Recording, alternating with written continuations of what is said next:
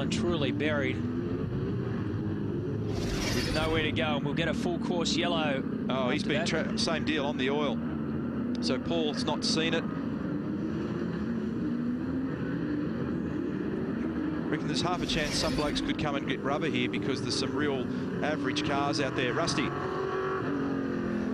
Well, Stephen Johnson, did it give you any warning at all? No, mate, the thing was running fine and pulled onto the back straight there, and after changing from third to fourth, it went on to 7 cylinders, and then it just popped. So just like I can't believe this luck that we're having. It's unbelievable. But anyway, what can you do? Can you replace it for the next one? Yeah, mate, we'll whack a new one in, and I mean the guys have done an awesome job on this car. I mean, to come back from where we were in the middle of the year to have a car that's fast and right up the front is unreal. So I mean, we'll make some more changes, make it even quicker, and mate, you watch my charge in the next one. Thanks, Steve. Thanks, Rusty. Just had a look at the tyres that come off Marcus Ambrose's car. The front left had a big flat spot on it, and now they've got 2 fronts, it looks like, out again for Russell Inglewood. And he's about to stop as well.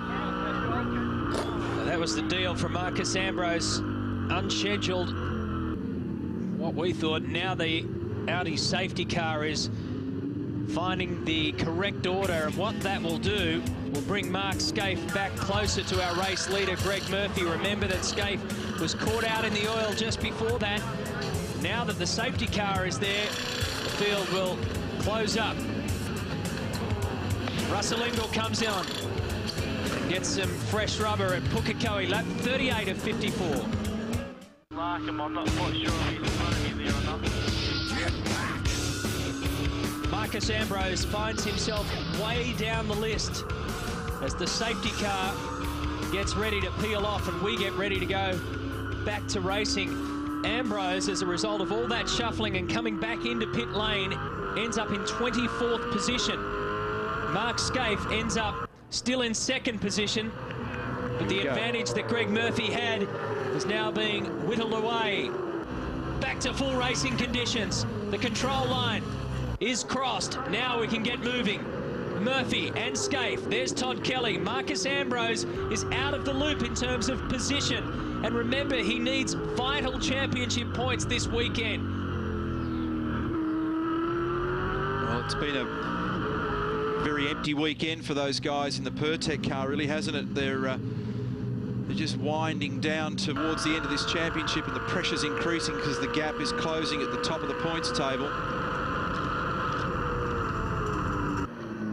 Scaife has a peek up the inside, then goes back to his traditional line on the outside. He had a huge shot at him then, and he had it maxed out under brakes, and it just got a little bit higher than he wanted to, and they got up towards the right-hander, and it was a brave move given to Tander off on the exit of 3. Coming back onto the main straight, so that's down at Placemaker Corner, and unusual play. Might be parked up on the ripple strip there. I'd say he's probably got it straddled across the curbing. Can't get it off. Oh, there's David Thexton with damage to the front right. And there's Garth safety Tander. car, I reckon, here with that car. That's a dangerous position for it to be. I was going to make the comment that very brave manoeuvre for Scaife to be so on the braking threshold down the end there, knowing that there's a bit of oil around, and he nearly came undone down there. Back to the order. Back to close racing. Marcus Ambrose has 14 laps to work his way back up through the field. I don't reckon there's going to be a lot of that going on.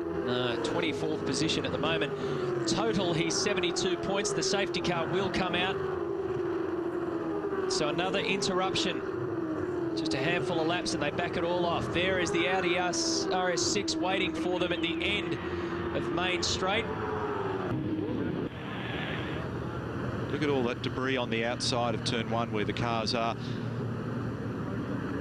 transiting that corner at an enormously high speed. The rubber rolls off the outside of the tyre. A lot of dirt, debris out there. And if you end up wide down there, you are going to leave the racetrack.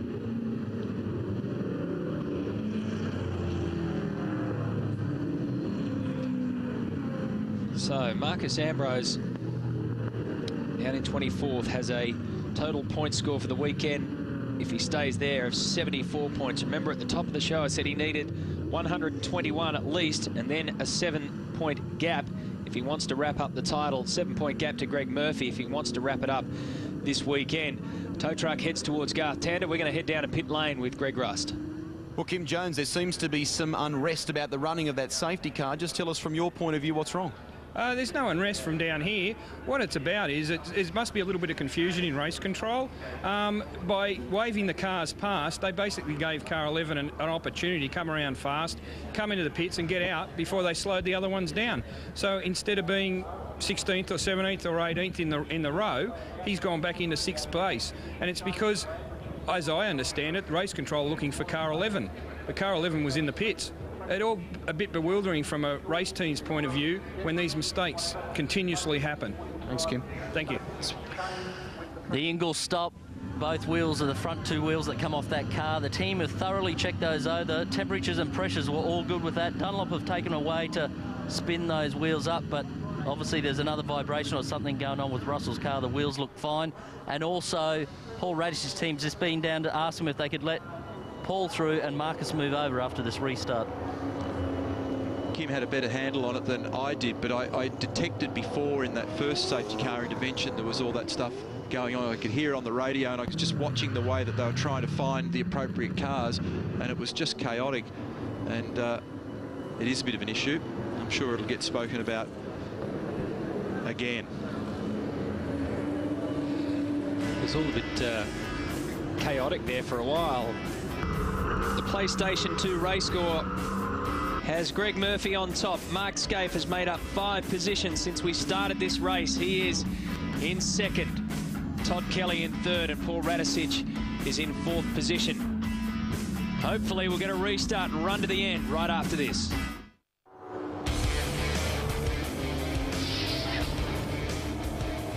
Garth Tander started this day from position number 3. He will finish race 2 on the back of a truck.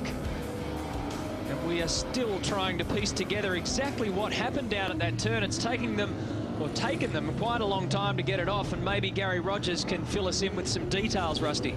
Well, I think Gary's a bit worried about the state of the car, and he said to the boys just a moment ago to go and get some extra bits and pieces out. It's going to require a bit more work to fix it. I think it is, Greg, going by the look of that. I mean, we haven't seen the car, and Garth was out of it as soon as it happened, but clearly by the look of that, I'd say there's a fairly heavy damage to the rear of it. Is Garth okay? Is he pretty fired up? What's he like? Oh, well, I mean, you never like it, do you? It's just a pain in the bum. I mean, you know, you spend your money, you do your best, and for things like that to happen, in my view, it's not on. There should be a criteria who can race and who can't. Okay, well, the pictures haven't painted a completely clear picture just yet, but it does sound as though potentially David Thexton was involved. Jamie Whincup was sort of in the picture and saw it happening. He says Thexton had to lose and plummeted him and speared him into the fence. And as I say, you know, everyone that wants to race should race, but perhaps there's levels of racing that should apply. Thank you, Gary. Thank you. It's not too hard to find controversy in pit lane, is it? You don't have to... You don't have to walk very far. Don't have to walk very far at all. Pick a day, any year. Pick a race, any race, and pick a team owner, any team owner. And well, in some cases, there's some quite legitimate issues to blue about, yeah. And well, remarkably, they keep on coming back. One of the things that Gary was, pointing there was there's a lot at stake. There's a lot of money spent here in this game, and when something like that happens, there's a lot of zeros to add on the end of a check to fix it up, and it does hurt. What hurts more for Garth Tander is that he was in a position to keep moving up through the field, and as I mentioned, he started the day from 3rd on the podium in race 1. Now we get ourselves a restart for race 2, and we go back to the front with Greg Murphy taking on Scaife and Kelly. Remember, Marcus Ambrose is still fighting for positions, and points. And it's been a great breather for the tyres here, because they'll have cooled right out, pressured down a little, so this lap will be a bit treacherous for some, but it's probably given them the reprieve, if I can spit it out, to get home to the end with pretty decent sort of pace. This is the battle for 1st and 2nd, with Scaife right in the draft of Murphy in the braking area for 5. You can still see the oil line up on the left-hand side. Everybody on their best behaviour going through the hairpin. Anthony Tratt stuck wide. Craig Lowndes in there, and you can see the rear of cars 21, Brad Jones. It's got to go sooner or later. His teammates already lost a couple this year, and now it's Bradley's turn. That lap, a 58.5 for Greg Murphy. Scaife, a 58.6. Todd Kelly, 59 flat. Radicic, Ellery and Richards, and look at this, flapping in the wind from car 21. That'll be a mechanical black flag for that car, and Ingles' splitter is flapping wildly on the Caltex car as well. So your prediction's right. It's not going to come off because of the way that it's fixed to the side of the bodywork there, but it's going to flap dangerously unless it actually tears. Scaife to Murphy again. Oh, rear brakes locked on car number 1, and he's giving it everything in these last couple of laps to throw the HRT Commodore at the back of the Kmart entry. The gap has closed again. Scaife, third overall on the streets of Surfers Paradise. Desperately defending his series title. He worked so hard yesterday in the rain, they all did. We took a shot yesterday of Mark Scaife behind the wheel, and it was grimacing. Pushing that Holden Racing team, VY, through the field, up to 7th. He got a blistering start here in the first couple of laps, and courtesy of a sweet change of tyres in pit lane, came out and now finds himself in position 2. Murph's hanging on okay, isn't he? He's got the blowtorch on him at the moment, but he's definitely hanging in there. Whatever they did to Ambrose's car, if they made a rear roll centre adjustment, and with this other set of tyres, he's been able to hang in there pace-wise in this last segment of the race. But remember, this is a false dawn. He's not where he appears to be. He's down in 23rd position. Oh, look at this. Ellery crossed up at 1. I heard the crowd cheer before, but I didn't know why. Oh, Stephen Richards managed to avoid the trouble right in front of him. That could have been a big T-boning for Stephen Ellery. Rick Kelly, I think, had to go off as well. It didn't bother these guys at the front. The PlayStation 2 race score. Scaife now 1.04 seconds behind Greg Murphy. Kelly's right there as well. 4th on corrected is Jason Bargwanna, and Jason Bright up there in 5th. Greg? Well, Rob Crawford this morning, Greg was concerned in the warm-up that the car would use its tyres in the space of 2 laps. Looks much better now. Yeah, the guy's done a good job. Fix the problems we had this morning, and it looks like it's got a little bit of pace on Scaife, but maybe we'd like a little bit more. How much in the safety car situations did that help you? I don't think it helped us at all. I mean, it's the same for everyone, and you know, I think the car's pretty good on used tyres at the moment. Fingers crossed. Yeah, cheers. There's a meatball flag being shown at the start-finish line with the number 21 on it up there as well at the moment for Bradley Jones. I think, I got a feeling that bumper, in fact, may have come adrift, so your prediction be right, but we'll get more confirmation on that one. I think Bradley might have a bit of earpiece trouble at the moment. It's a case of arms wide open now for Greg Murphy. You heard Rob Crawford. Falling off, they still black flagging it. There you go. So it has gone. Yeah, because I saw it in the braking area up. Here we go. We'll see here. Before. Here he comes, just on the right-hand side of screen. Yeah, it's gone. It's not there. It's torn itself. Fucking bullshit. Well, they still want him to come in, and they're not happy about it at Aussie Mile Racing. Brad Jones. It's going to make him last in this field, and he'll have a sense of humour failure after that. I was going to say, it's going to make him go off the Richter scale. Simon Wills, Stephen Richards, Glenn Seaton, John Bow, all caught up in this little battle group. And Paul Wheels there as well. So too is Craig Lowndes. And that's for position 7 down. Wills is 7th at the moment. Sorry, Rusty. You're right, Matty. Kim Jones is with us in pit lane. The Avesco officials just cast their eye over the car. It leaves pit lane, and you are pretty fired up about this one. Yeah, this is the most ridiculous decision I've heard in my whole life. I understand there's safety issues. We received a meatball flag for something hanging off the back of the car. Now, that part of the car fell off.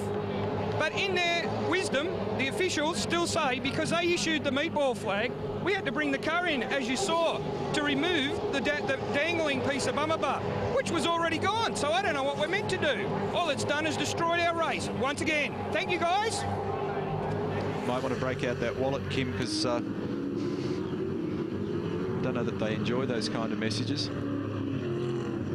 I think he might have a little bit of oil pressure right at the moment. I'm not sure. But not a good scenario. Meanwhile, back at the ranch, 1.6 seconds is the margin between Greg Murphy and Mark Scaife. And as Rob Crawford said before, I think he has got just a little bit of pace on Mark Scaife. And despite his own dire predictions after the warm-up that he maybe can't get the rear tyres to perform like he wants to, Murphy could be okay here.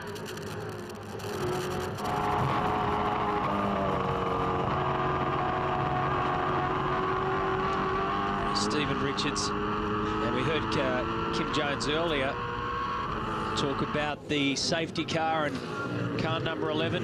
Did it benefit? What happened? Whatever, he's in position 7 at the moment. Radicic in front of him. Team Better Electrical continue to tick a few more boxes as the second half of the season kicks in. Sort of all turned around at Sandown, which coincidentally was when Triple Eight came on board. And a dive on the inside from Jason Bright, who gets Todd Kelly. That's for position. Bright's had pretty good pace, and he benefited from the way in which the safety car shuffled in and around, looking for whoever was meant to be leading. And this is a great job from Greg Murphy to take yet another win here. Absolutely outstanding from Greg Murphy, and yet again he brings Pukekohe to its feet.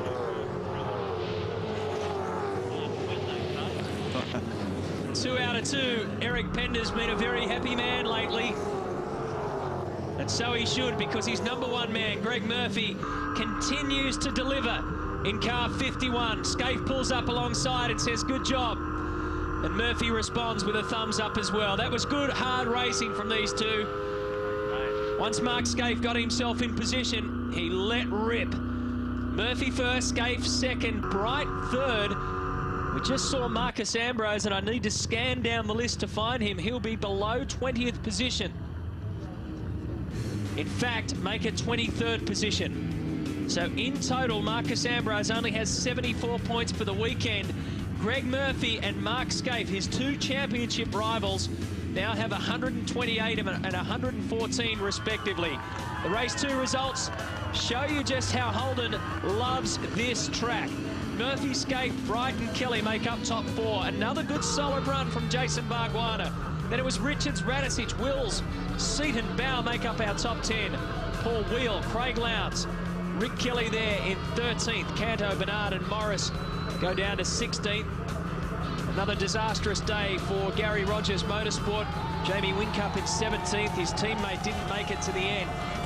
Bradley Jones and the Aussie Mail Racing team had problems of their own. Russell Ingall also had dramas. David Thexton was involved in quite a few of them. Garth Tander and Stephen Johnson didn't make it. It doesn't matter how many times this guy wins here, he still gets the same buzz out of it.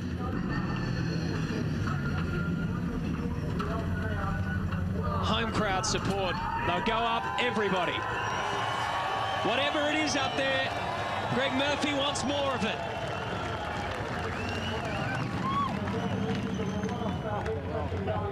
Well, how was that? At one stage when Mark was in front of you there, were you content to settle for second? Well, I think it was a matter of having to, really.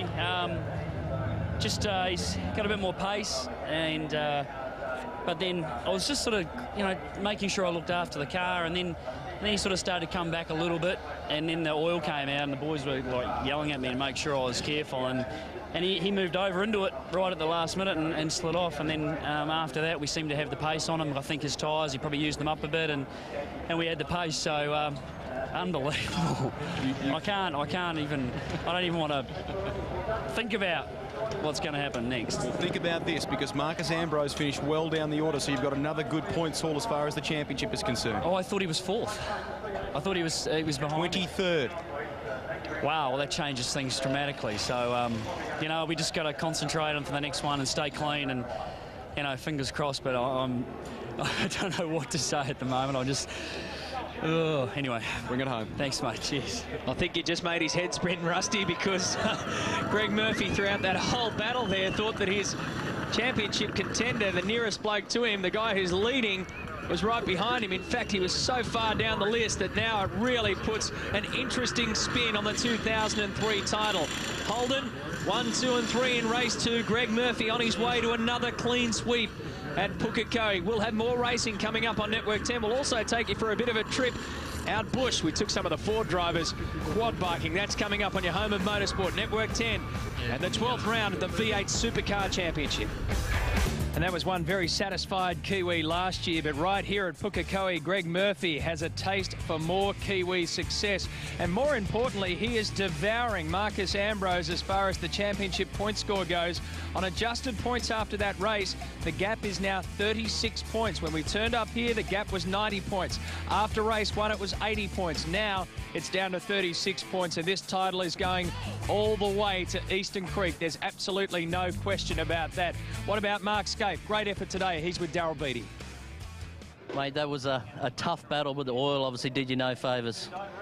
Yeah, I mean, look, that's the story of my year, Daryl. I mean, I've genuinely made too many mistakes. That was one of those ones that when you arrive there first with the oil, you know yourself, you know, when you arrive there first, you're the pioneer.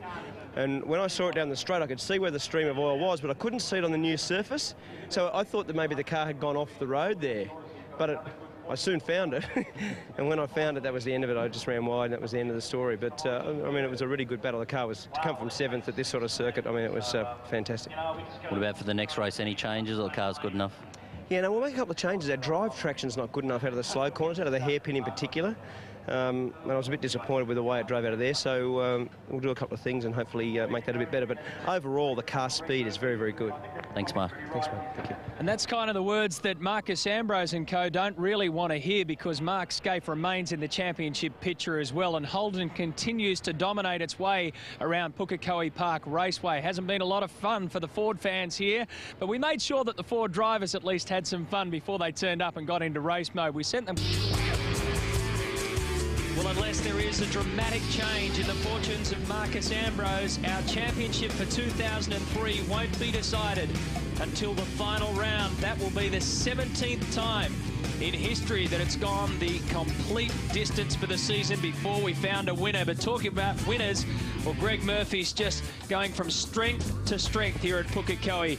Qualified first, 1 race 1, 1 race 2, and now he'll start from position number 1